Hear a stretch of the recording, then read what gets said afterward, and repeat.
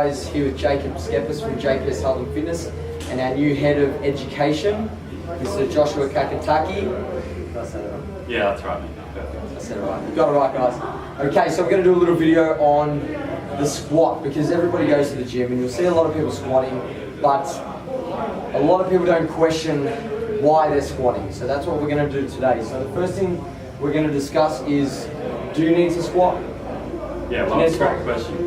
So we're very much of the opinion that unless squatting is your sport, i.e. powerlifter or Olympic lifting, then it's not essential. So you don't actually need to squat. There's many ways to hypertrophy muscle, isn't there? Exactly right. So depending on what you're trying to do, there's many ways to go about it, but you don't have to squat. However, it is a very good way to go about it. It's a great exercise. A lot of bang for your buck. It's a compound movement. You're going to recruit a lot of muscle fiber.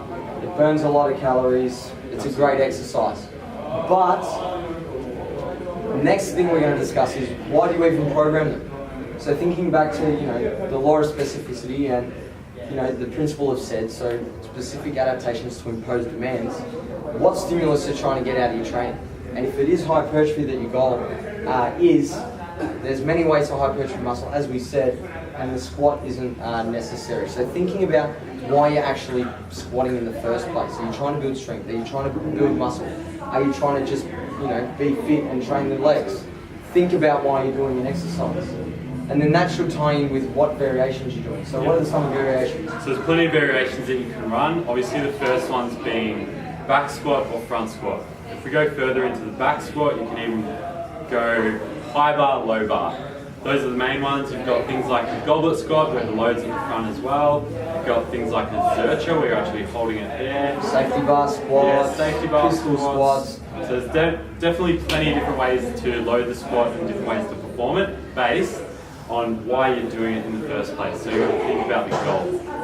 And what determines this is your structural limitations. So what you're actually capable of doing. There's a massive emphasis on mobility in the fitness industry now, and everybody's trying to mobilize, but there's some things that you cannot change, such as the structural limitations that you're born with. And as an example, related to the squat, where the femoral head sits in the acetabulum. For some people with really deep acetabulums, they're going to get some impingement in their labrums when they squat below parallel. And if that's causing pain, do you even need to squat?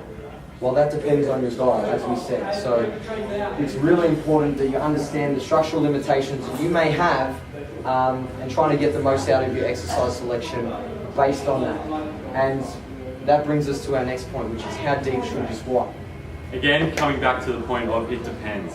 If your sport is powerlifting, then you're only required for that sport to just break parallel. However, if you're more so going for Olympic lifting, or if that's the end goal, then ask to go as deep as possible is something that you might be looking to. What about the general population? The general population, again, it's going to come back to these things. Why are you programming? Is your program more geared towards hypertrophy or strength, or maybe just function? Again, coming back to the variations and the structural limitations. What can your structure handle? What's the risk to benefit ratio of doing the exercise in your program? And that's going to determine how deep you're going to squat. So I guess the takeaway point from this is, there's no one size fits all for how deep you're going to squat. And no two squats look the exact same, guys. So you'll see a lot of videos of your favorite powerlifters, bodybuilders on YouTube and Facebook and Instagram, and their squat will look a certain way, but their structure is going to be completely different to yours. Their leverages will be different to yours. Their insertion points will be different to yours, which means they're going to have a different looking squat. So understanding these things and just forcing you guys to think a little bit more laterally about why you're even doing an exercise is the point of today's video. So guys, if you have any questions or comments and you want to hear us discuss other things in future, hit us up below. Until then, welcome to Josh, to JPS, and we'll speak to you guys next time. Thank you.